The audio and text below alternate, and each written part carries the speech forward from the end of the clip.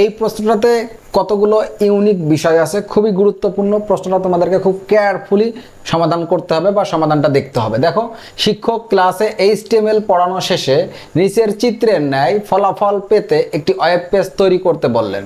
মানে চিত্রটাই যে এইটা আর কি, টেবিলটা।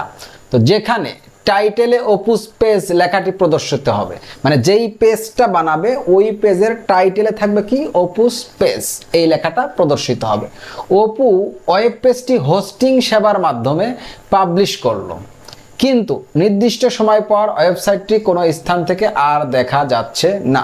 চমৎকার একটা উদ্দীপক লিখে রাখছে। আর এইখানে একটা টেবিল দেওয়া আছে। টেবিলের এখানে শর্ত দেওয়া আছে, পিপিলিকা লিস্ট আকারে এবং হাইপার লিঙ্ক করা থাকবে। এই যে এটা হলো পিপিলিকা, এই পিপিলিকাটা কি থাকবে, লিস্ট আকারে এবং হাইপার লিঙ্ক। গ নম্বর প্রশ্নে বলা আছে, উদ্দীপকের ন্যায় আউটপুট পেতে প্রয়োজনীয় HTML কোড লেখো। এই যে উদ্দীপকের যে কথাবার্তাগুলো লেখা আছে, এইগুলোর ন্যায় একটা আউটপুট পেতে প্রয়োজনীয় HTML কোড লেখো। তো আমরা এইটার HTML কোডটা একটু লিখে আসি, ঠিক আছে? আমরা জানি কোনো HTML কোড লিখতে হলে HTML এর একটা বেসিক স্ট্রাকচার আছে। HTML এর এই বেসিক স্ট্রাকচারটা প্রথমে লিখে নিতে হয়। আমি এখানে লিখে নিচ্ছি, দেখো।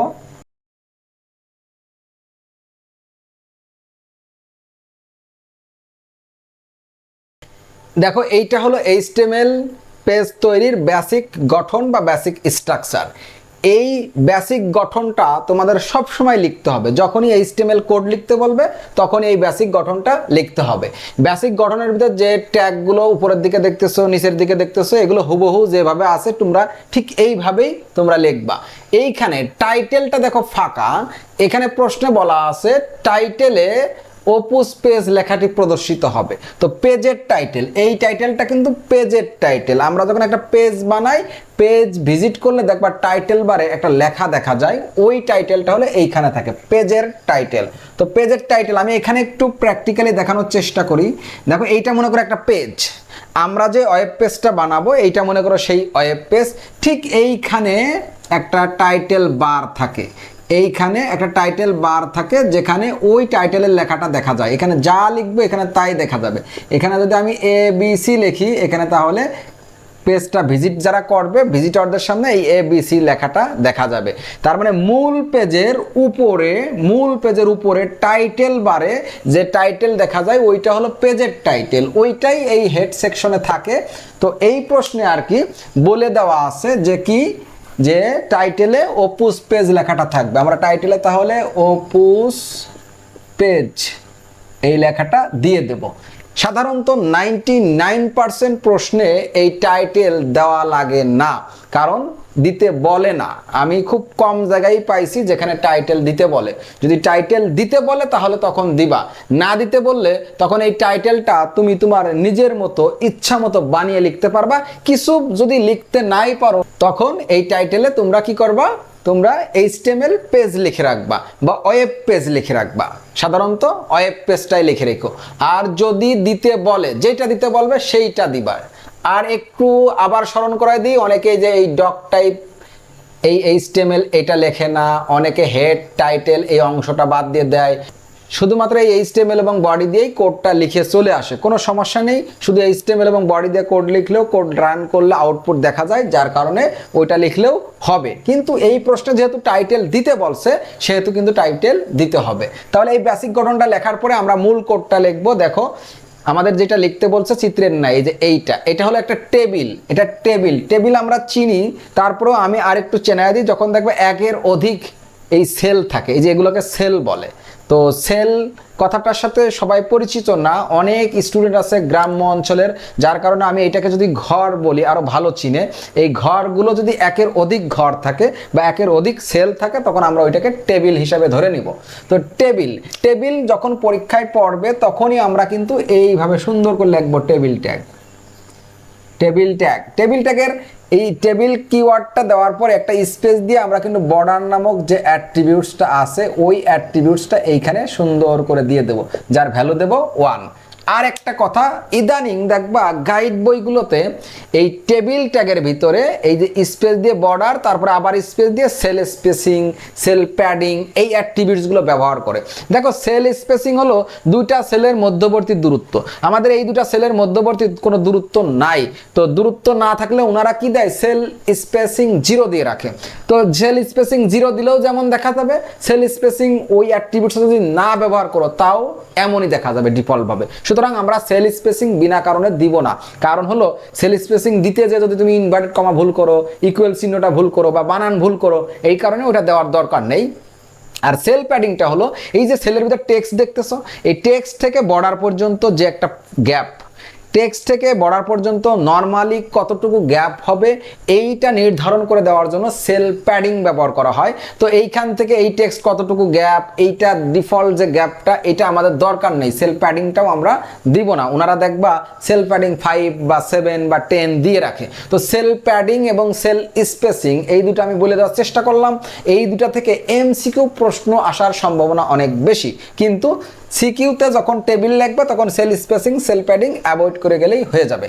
প্রথম কাজ তাহলে টেবিল স্পেস বর্ডার, এই ট্যাগটা এবং ট্যাগের ভিতরে এই অ্যাট্রিবিউটসটা বসায় দিবা।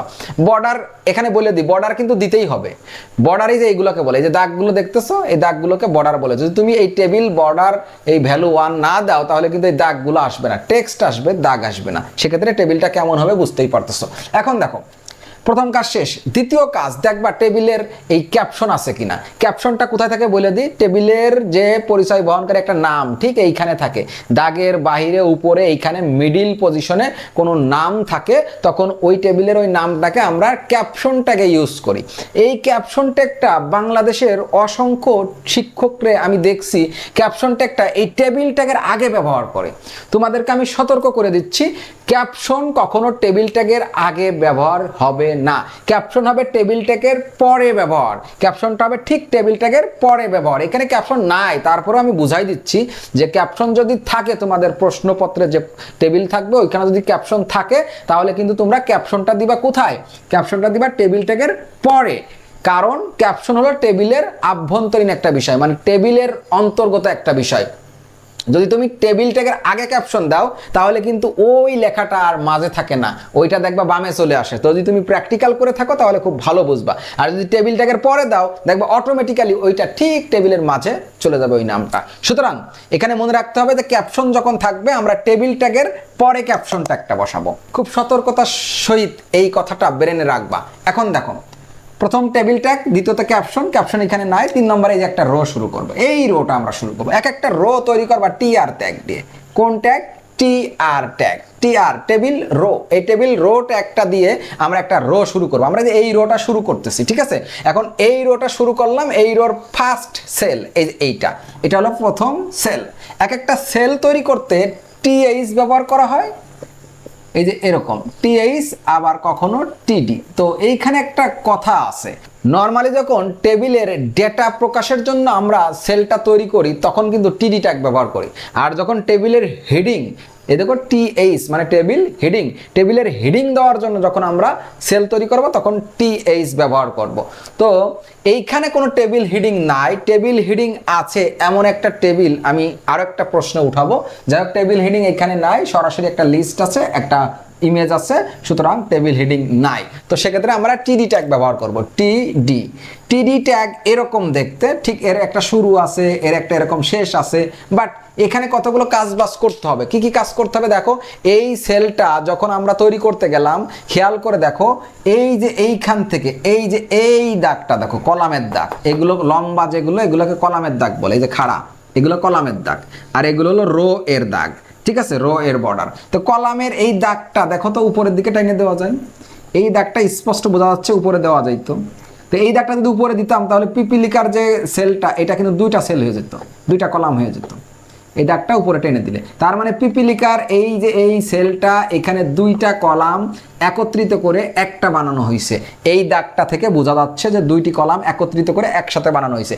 এইভাবে এই দাগ মুছে দেওয়া, লম্বা এই যে খাড়া দাগ মুছে দিলে বা কলামের দাগ মুছে দিয়ে কলামকে একত্রিত করলে এটাকে বলা হয় কল স্পান। আমরা এইখানে কল স্পানটা দিয়ে দেবো, এইখানে এটা মুছে দিচ্ছি। দেখো এখানে ওপেনিং ট্যাগের ভিতরে আমরা ঠিক একটা স্পেস দিব, এই যে এই কিওয়ার্ডটার পর একটা স্পেস দিয়ে আমরা কল স্পান যে অ্যাট্রিবিউটসটা আছে সেইটা বসিয়ে দিব।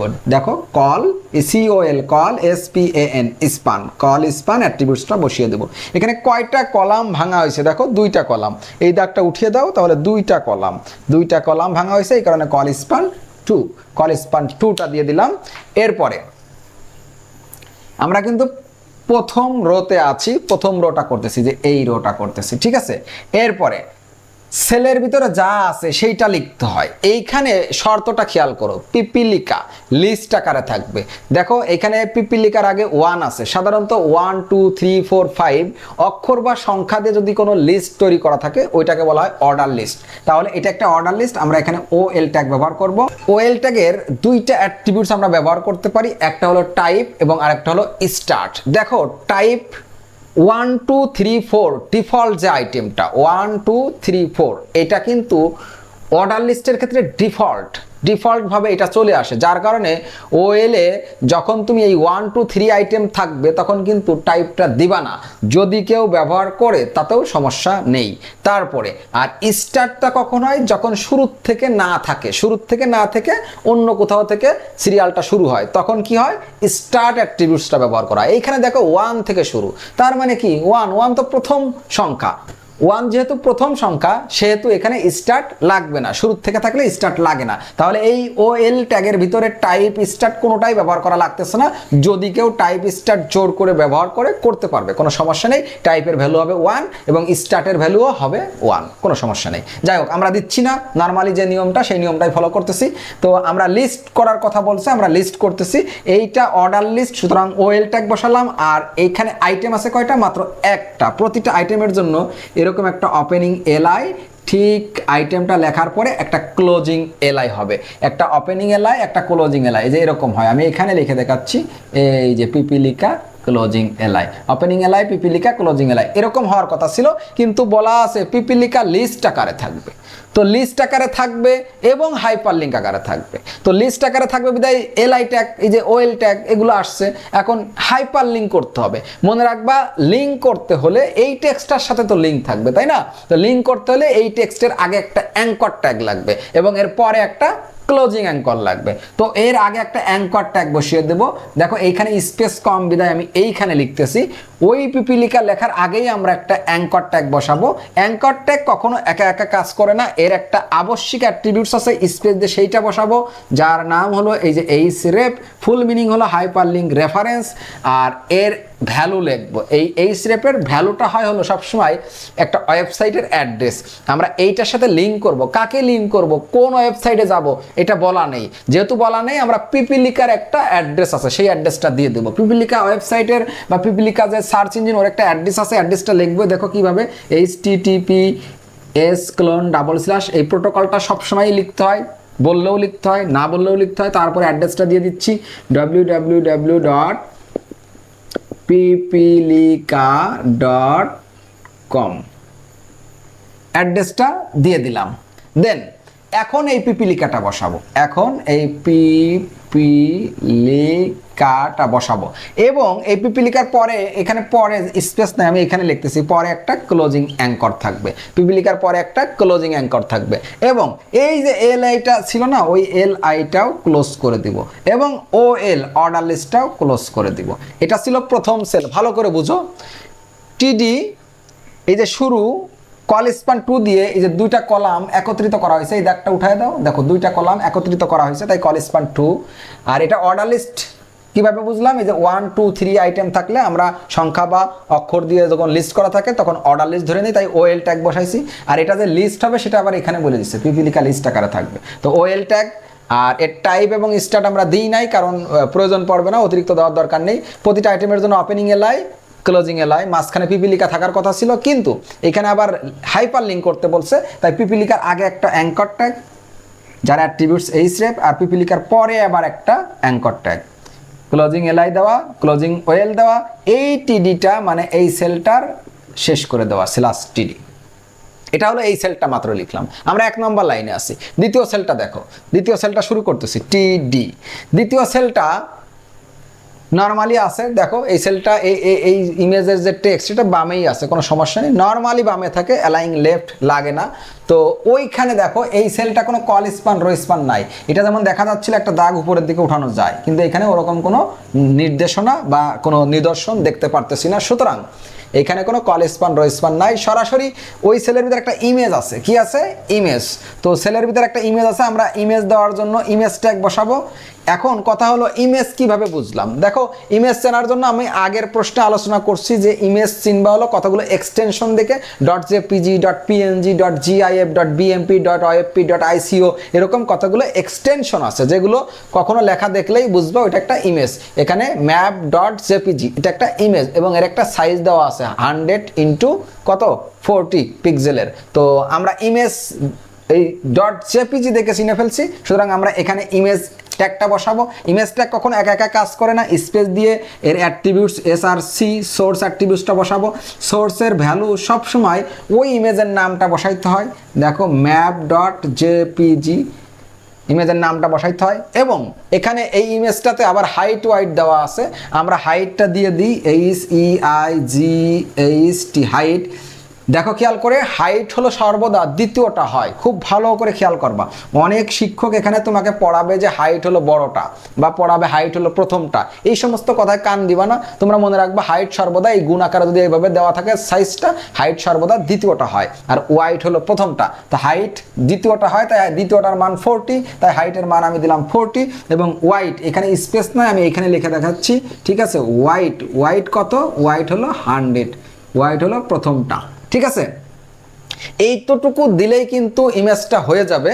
বাট অতিরিক্ত এখানে একটা অ্যাট্রিবিউটস বসানো যায়, অনেকে বসায় আর কি, অল্টার অ্যাট্রিবিউটসটা বসাইতে পারে। অল্টার সেই অ্যাট্রিবিউটসের কাজ হলো ইমেজের অনুপস্থিতিতে ব্যবহারকারীকে মানে ভিজিটরকে কোনো একটা মেসেজ প্রদান করে। তো সেক্ষেত্রে আমরা এখানে একটা অল্টার দিয়ে দিতে পারি, তুমি যদি না দাও তাতে সমস্যা নেই, আমি দিয়ে দিচ্ছি। দেখো অল্টার ALT অল্টার অ্যাট্রিবিউটস দিয়ে ওই নামটা দিয়ে দিচ্ছি map.jpg এইটা দিয়ে দিলাম। দেখো তোমরা যারা এই অল্টার না বুঝো তাদের দেওয়ার দরকার নেই, তোমরা এইখানেই এই অ্যাঙ্গেল ব্র্যাকেটটা দিয়ে দিবা। আর অল্টারটা এখানে দিতে বলে নাই কিন্তু আমি দিয়ে দিলাম।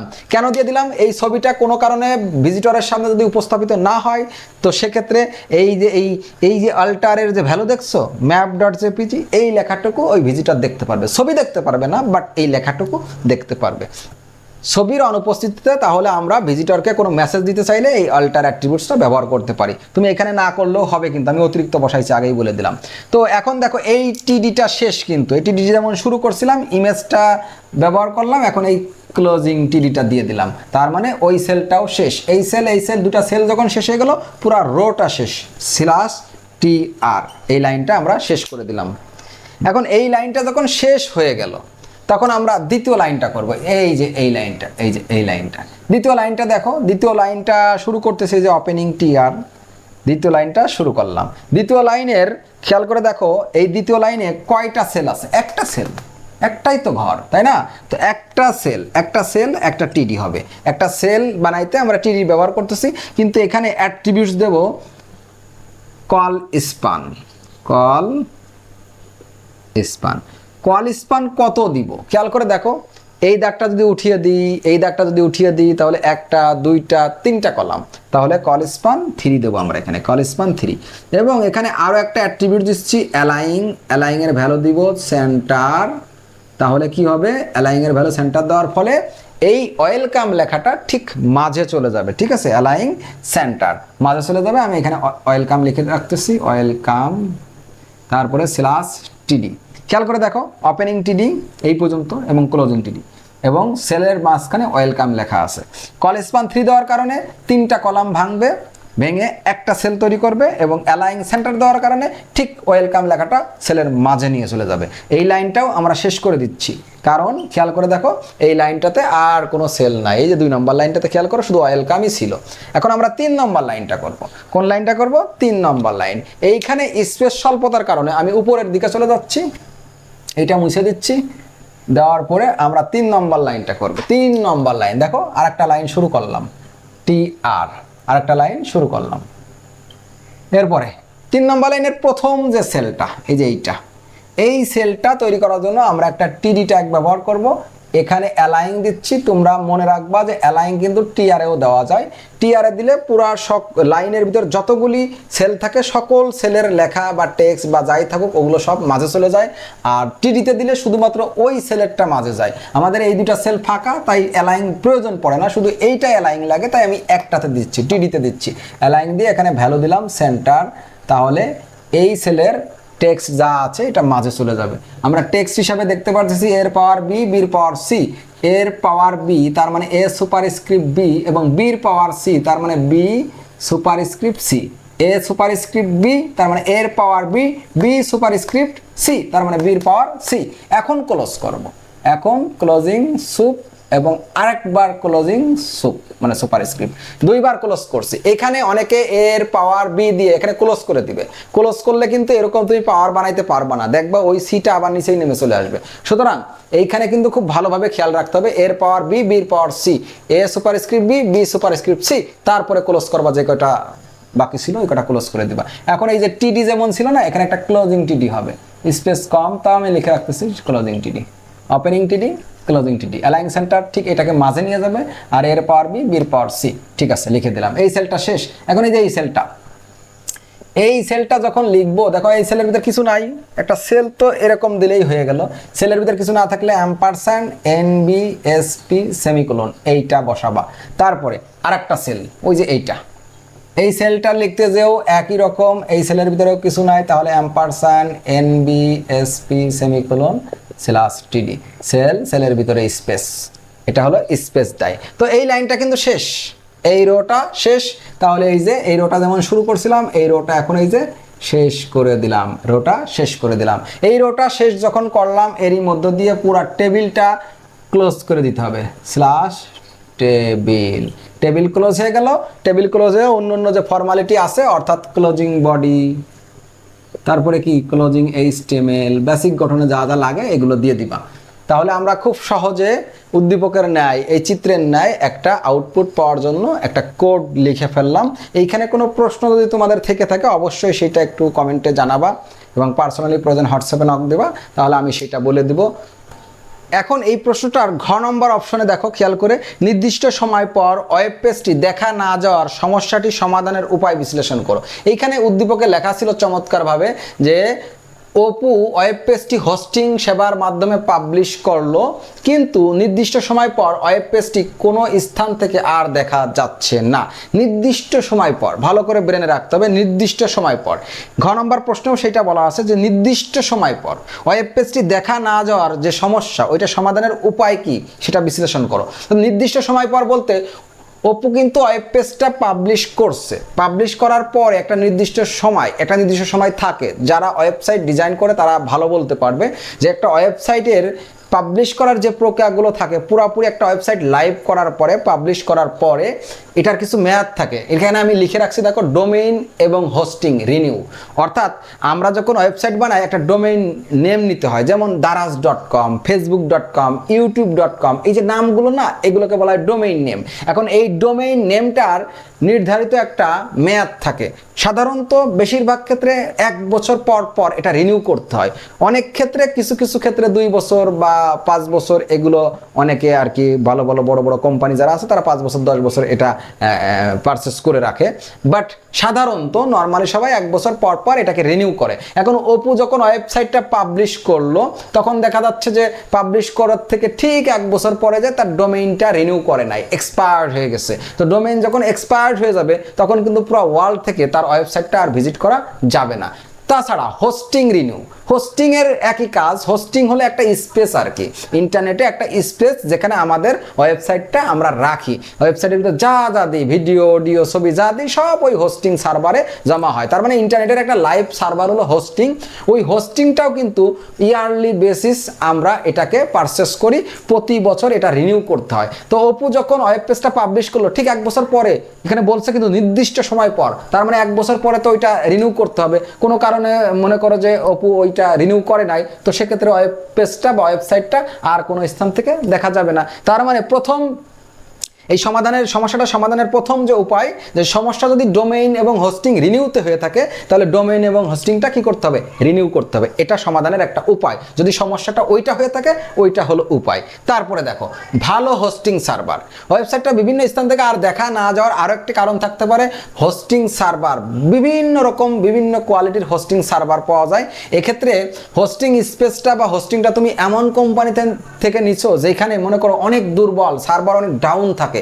সার্ভার ডাউন থাকলে তখন কিন্তু বিভিন্ন জায়গার থেকে অনেক সময় আর ওয়েবসাইটটা সার্চ করে খুঁজে পাওয়া যায় না, বা ওয়েবসাইটটা পাইলে ওটা লোড হইতে থাকে, মানে সাইটটা প্রদর্শিত হয় না, আমাদের সামনে ভিজিবল হয় না। তো সেক্ষেত্রে ভালো একটা সার্ভার ব্যবহার করতে হবে। সার্ভার ডাউন এই ধরনের প্রবলেম হয়ে থাকে তাহলে অবশ্যই তার সার্ভারটা কি করতে হবে, আপগ্রেড করতে হবে। এইটা একটা সমাধানের উপায়। 3 নম্বর, তার প্রবলেম যদি ব্যান্ডউইথে হয়ে থাকে। আমরা যখন হোস্টিং পারচেস করি তখন হোস্টিং এর একটা ব্যান্ডউইথ দেওয়া থাকে, যে এইটা ব্যান্ডউইথ তো জানো তোমরা যে প্রতি সেকেন্ডে যে পরিমাণ ডেটা স্থানান্তর হয়। তো আমাদের ওয়েবসাইটে ভিজিটর কত আসতেছে, আমাদের ওয়েবসাইটে মনে করো ভিজিটর আসার ক্ষমতা আছে 500 জনের, এখন হঠাৎ করে মনে করো 5000 ভিজিটর চলে আসছে, তো সেক্ষেত্রে ব্যান্ডউইথ তো এটা ওভার হয়ে যাবে, সেক্ষেত্রে ব্যান্ডউইথ টানতে পারবে না। তো এই ব্যান্ডউইথটা দেখা যাচ্ছে লিমিট করা আছে, ব্যান্ডউইথটা যে লিমিটে আমি পারচেস করছি ব্যান্ডউইথটা সে এখন ব্যান্ডউইথটা আরো বেশি লাগবে, ঠিক আছে, অনেক ভিজিটর বাড়ছে, ব্যান্ডউইথ বেশি লাগতে পারে। তো ব্যান্ডউইথ বেশি লাগবে, ব্যান্ডউইথ লিমিট ওভার হয়ে যাওয়ার কারণে